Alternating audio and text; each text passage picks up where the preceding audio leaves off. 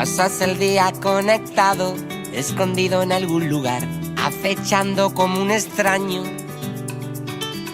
controlando con tu mano alguna falsa realidad, sin entender lo que está pasando.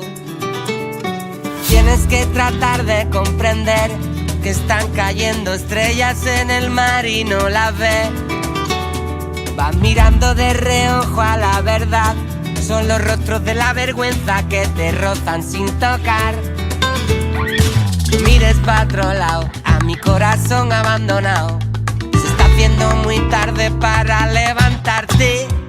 Por eso que se abra la muralla y se crucen las palabras olvidadas en la playa.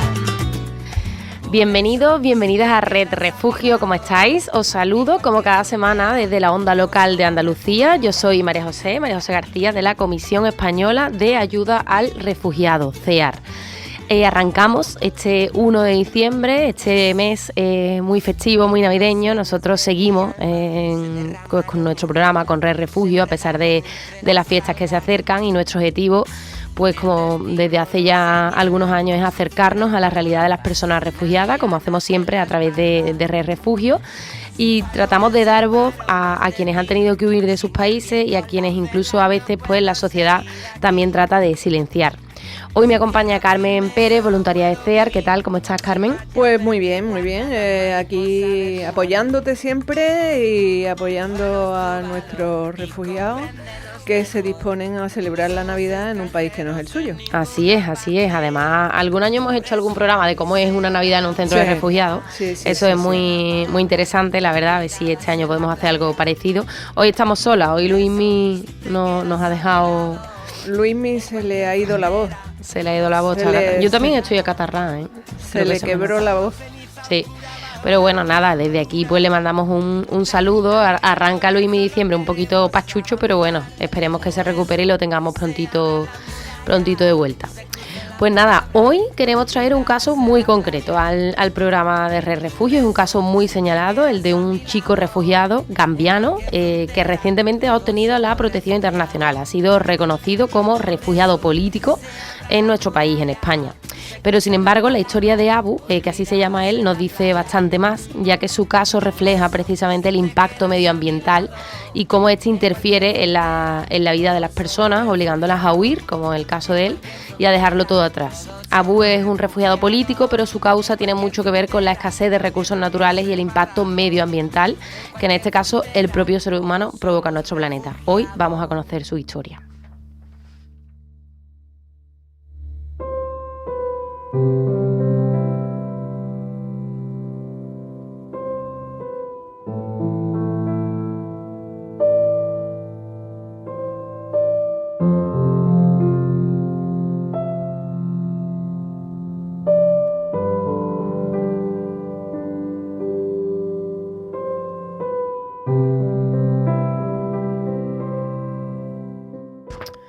Hoy en Red Refugio se unen derechos humanos y crisis ambiental.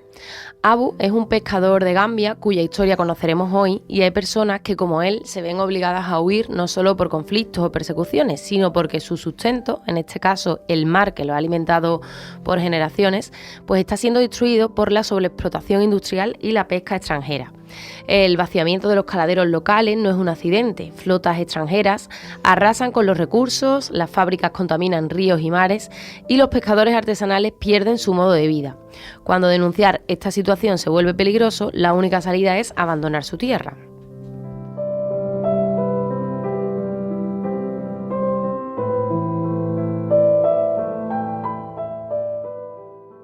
Historias como la de Abu nos recuerdan que la migración muchas veces es forzada por la crisis medioambiental.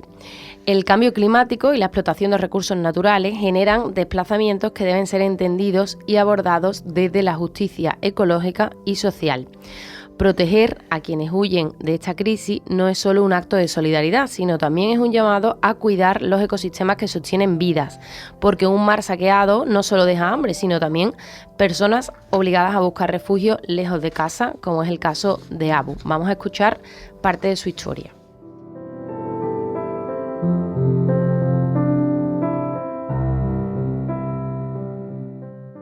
salí de mi país porque soy un pescador y activista también que lucha contra la explotación de fábricas de China y los barcos de Unión Europea y China que están explotando el mar. Mi gobierno ha firmado un acuerdo con ellos y empezaron a pescar en nuestro mar y al final estábamos quedando sin pescado y ahí donde empecé a luchar como activista.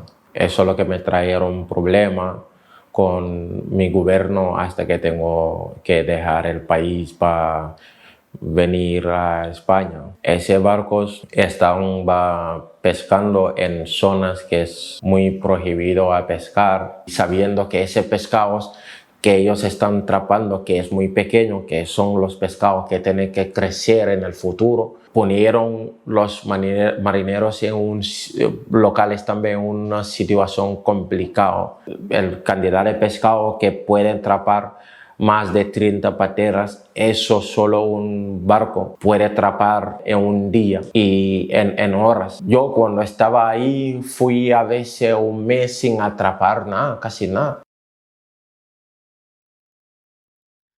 Pues hemos escuchado una parte de la historia de Abu, ¿no? El pescador de Gambia, marinero, pues cuenta como esas fábricas, ¿no? Esos buques, que creo que ha dicho que lo que, no sé exactamente qué cantidad, pero lo que un barco de estos pues pesca en horas, ellos lo pescan en una semana, ¿no? Entonces es muy difícil. Aquí está también la cuestión económica, ¿no? Que el sustento de muchas familias. En países como Gambia, que viven de la pesca, pues se ve totalmente ese sustento económico, se ve afectado. También ha hablado de una cosa importante que es peces que están prohibidos pescar, que son muy pequeños, que hay que dejarlos que se reproduzcan, pues que él denuncia que esos barcos pues arrasan también con ellos, ¿no? Entonces creo que son varias cuestiones. No sé, Carmen, ¿tú qué opinas de esto que hemos escuchado de Abu? Pues que son varios problemas porque, claro, el gobierno de Gambia prefiere subcontratar a potenciar su propia pesca, ¿no? O sea, dotar a sus propios pescadores de medios para que sean un poco más competitivos y prefiere subcontratarlo con China. Eso ya daría para 3 programas, Sí. ¿no? Y luego, pues, los inmaduros, ¿no? Los inmaduros que ellos, los pescadores gambianos, respetan hasta que crecen y los terceros países, pues, arrasan con ellos. Verdaderamente es muy dramático por las dos cosas, por el ecosistema y por los pescadores. Sí. Y no necesariamente en este orden, en cualquier orden. Y además, bueno, en el caso de Abu es de Gambia, pero son varios países, ¿no? De esa parte de la costa de África que viven de la pesca, ¿no? Donde prácticamente nosotros en CEAR lo vemos cuando atendemos a personas que provienen de estos países. Su experiencia suele ser en la pesca, como marineros, es el sustento para familias enteras. Entonces, claro, es muy difícil competir, ¿no? Como él también hace alusión en su intervención, contra eso, ¿no? Ellos van con una patera en la que pescan con métodos rudimentarios, claro. Y pescan, y lo que pescan en el día lo venden luego y es muy complicado. Vamos a seguir escuchando, si te parece, lo que nos cuenta Abu. Las cosas están peor que cuando estaba ahí. Poní mi vida para que se mejoran las cosas, pero la cosa sigue siendo peor. Y en 2022 murieron muchos de mis compañeros, igual que el año pasado. 90% de los inmigrantes todos son marineros. La mayoría estaba trabajando en pesca. Y no europeos están luchando mucho para terminar con inmigración irregular. Pero me deja sorprendido porque ellos mismos tienen que firmar contratos y acuerdos para pescar en la costa de África Oeste, para reducir el nombre de los inmigrantes que están entrando en Europa cada año de África. Y lo que tienen que hacer es dejar los marineros en paz. Yo vivía una vida muy tranquila, no era rico, pero yo fui a pescar, a atrapar pescado y no tenía jefe, el patera era mío. Estaba allí escuchando el ruido de olas, aspirando el aire fresco del mar. Cuando volví, tengo pescados frescos, tenía de comer, tenía de vender, puedo pagar el colegio de mi hija, apoyar a mi familia y estaba suficiente, estaba contento con eso. Pero vienen la Unión Europea y los chinos y nos ponen las cosas complicadas. Dice Abu que él tenía una vida muy tranquila, ¿no? Que él no era rico, pero bueno, pues con salir a pescar y tener para mantener a su familia, pues era suficiente, ¿no? Respirando el aire fresco del mar, ha dicho, y no era lo que él buscaba, irse del país. Sin embargo, pues él también lo ha denunciado muy bien, ¿no? Dice, si hemos visto cómo la llegada de personas migrantes de países como Gambia, Senegal, ¿no? de esa costa oeste de África, se incrementa cada año, ¿por qué no Unión Europea, ¿no? O China, en este caso, su propio gobierno, a través de estos acuerdos, porque no dejan a los marineros en paz y quizás se vería pues esa reducción, ¿no? De personas que tienen que abandonar el país? Pues sí, es un relato casi lírico el que hace de su vida. Era un hombre muy conforme con su vida y muy feliz. Y bueno, pues las circunstancias, los gobiernos, las políticas lo han trasplantado a esta Europa y uno piensa, bueno, ¿y ahora que vas a la construcción, vas a hacer vías de tren? ¿Dónde queda el ruido del mar? ¿Dónde queda tu felicidad? Te hemos metido en un mundo europeo que nada tiene que ver con lo que estás relatando. Tiene que ser un impacto emocional, ¿eh? Grandísimo. Sí. Y él, bueno, ahora estaba yo poniendo mientras lo escuchábamos, porque Abu ha dado ya algunas entrevistas, nosotros en CEAR hemos contado con él para algunas acciones, y él también habla pues de cómo esas grandes fábricas, esos grandes buques también contaminan, ¿no? Y vierten residuos tóxicos al mar, que es otra cuestión también, pues evidentemente, que pone en evidencia ese impacto medioambiental que nosotros denunciamos, ¿no? Y ahora cuando escuchemos la última parte de la historia de Abu vamos a entender también qué motivo, ¿no? Ya estamos viendo cómo su vida se vio afectada, pero cuál es ese clic, digamos, ¿no? Ese punto de inflexión que hace que él tome la decisión de abandonar el país, pero no me gustaría que se quedara atrás, pues eso, ¿no? Aparte de que se está saqueando el mar, que él dice, bueno, es que llegará un momento que nos vamos a quedar sin peces, ¿no? Si no dejamos que esos peces se reproduzcan, nos vamos a quedar sin peces, además de ese saqueo, ¿no? Que él denuncia, pero además, pues esos residuos tóxicos que se están vertiendo al mar. Vamos a escuchar la última parte de lo que nos va a contar Abu.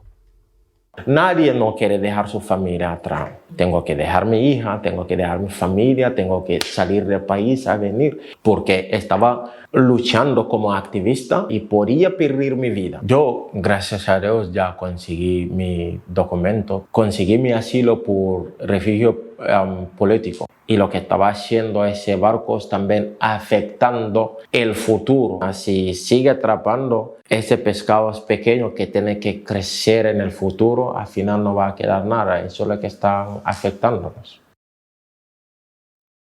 Pues como Abu dice, él empieza a hacer un activismo, ¿no? A partir de, bueno, empieza a denunciar esa situación, él se enfrenta a eso, vamos, a quien nos esté escuchando lo animamos a buscar entrevistas de Abu en España, porque él lo cuenta muy bien, ¿no? Él se enfrenta a cofradías de pescadores, empieza a hacer un activismo muy, muy señalado, ¿no? En su ciudad, y a partir de ahí pues empieza a ser perseguido, empieza a ser amenazado. Ahora tengo por aquí delante una entrevista que él cuenta: vinieron a mi puesto, me lo destrozaron todo, mis ropas, se abalanzaron sobre mí, comenzaron a golpearme y me dieron una paliza sin piedad.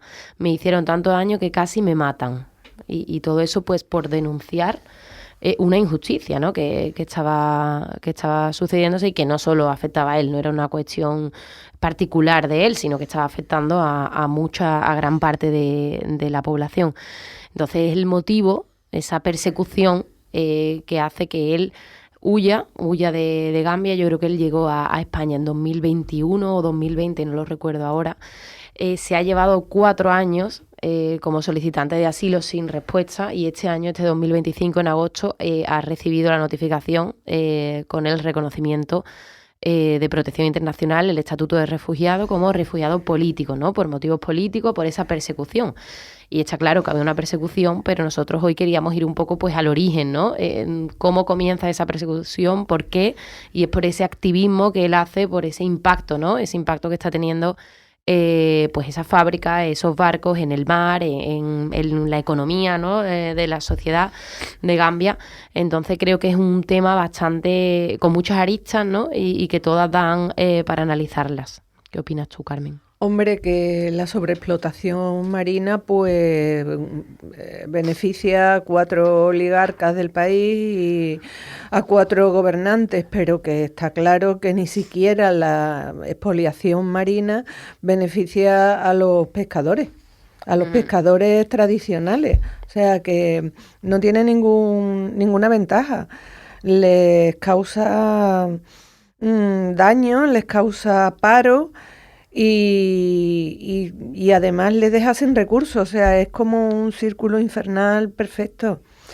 Yo lo único que querría para Abu es que le contrataran aquí en un barco, ¿verdad? Sería bonito. Sí. Bueno, pues eso es otra cuestión. Lo he hablado yo con él porque lo conozco y ha estado trabajando. A ver si lo invitamos, es que está trabajando ahora. Él trabaja en un restaurante. Pero ha tenido una experiencia trabajando en el mundo marino, ¿no? Él dice, yo soy marinero y mi vida es estar en un barco. Claro. Y es otra cuestión, ¿eh? Y muy fuerte de cómo está ese mundo también aquí. Aquí en España. Las condiciones económicas, las condiciones en las que ha trabajado, lo invitaremos para que nos cuente, pero realmente él, de hecho, se ha formado ya, porque él me decía, yo tengo un montón de experiencia, y dice, pero aquí tengo que tener títulos. Entonces se ha sacado varios títulos y ya ha podido trabajar, pero es su sueño, la verdad, porque de hecho su intención es seguir formándose y poder vivir y trabajar de eso. Así que esperemos que lo consiga y en condiciones dignas, lo más importante. Lo invitaremos, Carmen, a que venga un día pues y nos lo cuente. Sí, porque es una historia interesante. Sí que lo es. Y además Abu se expresa muy bien y tiene las ideas muy claras. Sí. Pues le mandaremos el podcast cuando lo suban desde la Onda Local de Andalucía para que nos escuche y para que escuche esta invitación, y yo personalmente también se lo comentaré. Así que bueno, al final el testimonio de Abu es una advertencia, porque si no se regulan estas prácticas, pues generaciones futuras gambianas y de otros países costeros que ya hemos mencionado pueden quedarse sin peces en el mar, ¿no? Sin pesca, sin medios de vida. Es una lucha, como decimos, con muchas aristas, ¿no? Una lucha ambiental, una lucha social, una lucha de justicia. Así que desde este espacio de DR Refugio, pues seguiremos siempre dando voz a todas esas injusticias, como la que sucede en Gambia en este sentido, y que, como hemos dicho y hemos escuchado, pues analiza muy bien y le pone voz a Abu, este chico refugiado. Seguimos con el programa.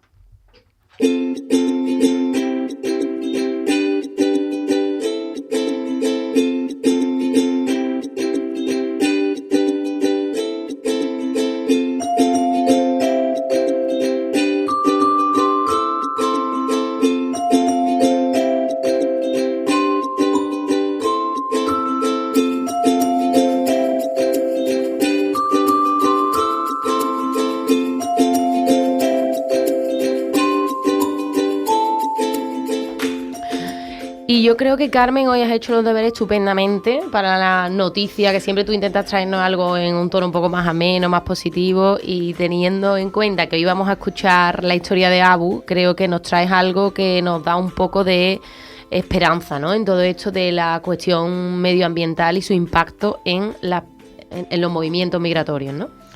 Pues sí, María José, pero nos tenemos que ir a la antípoda, a la otra parte del mundo, fíjate, para tener esta noticia. Resulta que Australia ha concedido los primeros 280 permisos de refugiados climáticos, que por primera vez otorga Canberra a ciudadanos de Tuvalu, una nación insular del Pacífico amenazada con la desaparición por la crisis climática. Los visados de refugiados climáticos se han concedido mediante el curioso sistema de un sorteo al que se ha presentado, imagínate cómo estarán las cosas, María José, se ha presentado el 80% de la población del país en riesgo por la subida del nivel del mar. el 80%. Y según las cifras de este organismo australiano, 8.750 habitantes de los 11.204 ciudadanos se presentaron al sorteo, o sea, casi todo el país. Los afortunados por este sorteo reciben un correo electrónico con instrucciones como solicitar la visa para poder residir en Australia. Ya estamos viendo que el sistema es muy peculiar. Eso sí, debido a la cantidad limitada de visas disponibles, no todos los solicitantes pueden obtener una. Hay un grupo que se queda fuera. Pero la idea del gobierno australiano es que el sorteo se realice cada año y durante muchos años más. Estos visados son parte de un tratado bilateral que entró en vigor en agosto de 2024 y que permite a los ciudadanos de Tuvalu ir a Australia a vivir, a trabajar y a estudiar. Cuando se anunció el tratado, el primer ministro australiano Anthony Albanese justificó la emisión de estos visados porque Tuvalu es extremadamente vulnerable al impacto del cambio climático y especialmente por el incremento del nivel del mar.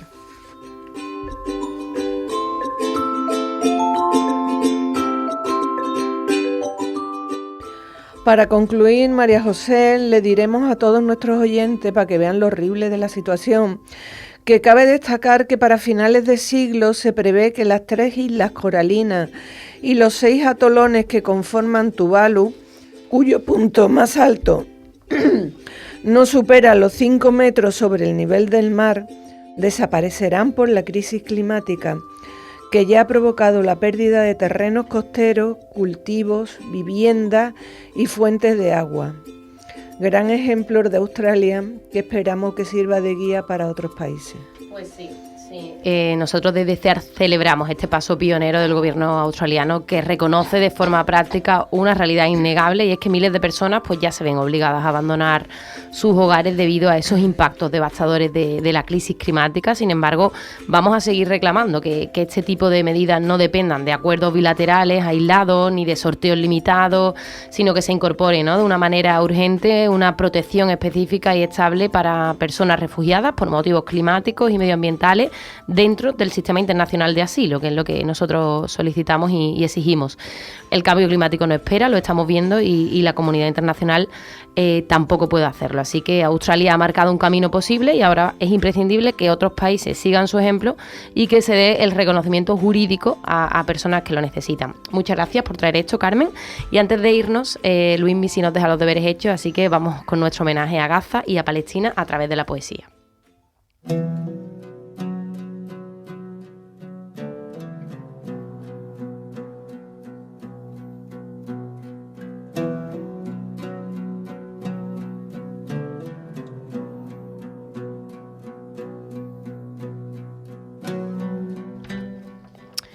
Si alguien piensa que el conflicto en Gaza ha terminado, se equivoca. Desgraciadamente, la población palestina nunca ha sido libre para decidir y además a día de hoy muchas personas siguen muriendo en la franja, personas inocentes con nombres y apellidos. Pero a quienes no le han quitado la libertad de crear y construir ha sido a los y las poetas, eso sí. Continúan haciéndonos llegar el dolor de su tierra, y en este caso hoy Luismi nos trae una pequeña parte de un poema de Animer Yassir. Es una cineasta y poeta palestina que en 2008, con La sal de este mar, fue la primera directora en rodar un largometraje. Nació en una de las más antiguas familias árabes cristianas de Belén, en Cisjordania, donde el Palacio Yassir, que hoy es parte del Hotel Intercontinental y es una de las mansiones más importantes de la ciudad, aunque su familia se arruinó en la crisis de los años 1930. Ella trabajó para la UNRWA, la Agencia de Naciones Unidas para los Refugiados de Palestina, en Oriente Próximo. Vamos a escuchar algunos de sus versos del poema Cambiando Nombres.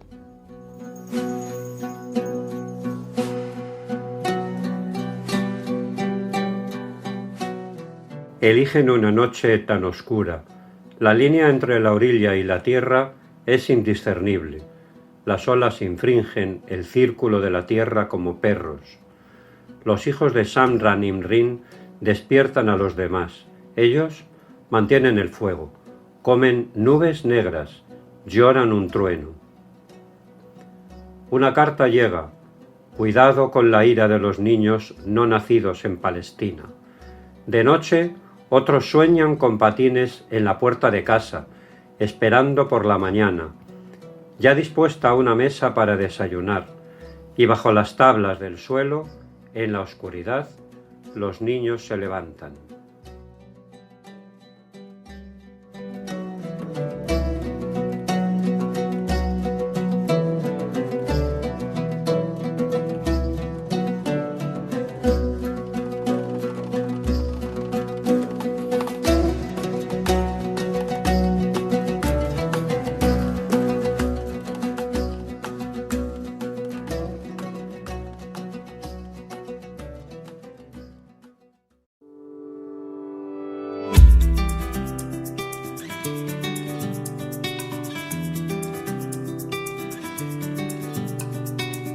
Pasas el día conectado, escondido en algún lugar, acechando como un extraño, controlando con tu mano alguna falsa realidad, sin entender lo que está pasando. Tienes que tratar de comprender que están cayendo estrellas en el mar y no las ves. Vas mirando de reojo a la verdad, son los rostros de la vergüenza que te rozan sin tocar. Mires pa' otro lado, a mi corazón abandonado. Se está haciendo muy tarde para levantarte. Por eso que se abra la muralla y se crucen las palabras olvidadas en la playa. Pues nuestro agradecimiento a Luismi por su recuerdo y homenaje a Palestina, a Gaza y a la injusticia que tantos años lleva soportando el pueblo palestino. Llegamos al final de Red Refugio, un espacio que hoy hemos dedicado al impacto en la migración y el refugio de las cuestiones medioambientales. Lo hemos analizado a través de la historia de Abu, pescador gambiano amenazado y perseguido por denunciar la sobreexplotación del mar en Gambia y el saqueo de este. Carmen, muchas gracias por acompañarme esta semana. Pues nada, gracias a ti, a todos y a todas nuestros oyentes. Y antes de irnos, el recuerdo de nuestras redes sociales para que nos sigan en CEAR Andalucía, en Instagram, X y Facebook. Pues muchas gracias, Carmen. Disfruta del puente que se viene ahora. Pásalo bien. Lo voy a disfrutar. Muy bien. Gracias también a Ángel Macías en la realización técnica por parte de la Onda Local de Andalucía y a todos vosotros y vosotras, nuestros oyentes. Muchísimas gracias por acompañarnos una semana más y por hacer posible esta Red Refugio. Hasta la semana que viene. Olvidadas en la playa. Por eso, si te quedas a mi lado, en cualquier frontera, todos somos refugiados. Somos ceniza oscura bajo la luna moruna. En nuestra ruta migratoria solo queremos avanzar. Por eso, que se abra la muralla, se crucen las palabras olvidadas en la playa. Por eso, si te quedas a mi lado, en cualquier frontera, todos somos refugiados. Por eso, que se abra la muralla, se crucen las palabras olvidadas en la playa. Por eso, si te quedas a mi lado, en cualquier frontera, todos somos refugiados. En cualquier frontera, todos somos refugiados. En cualquier frontera, nadie es separado. En cualquier frontera, todos somos refugiados.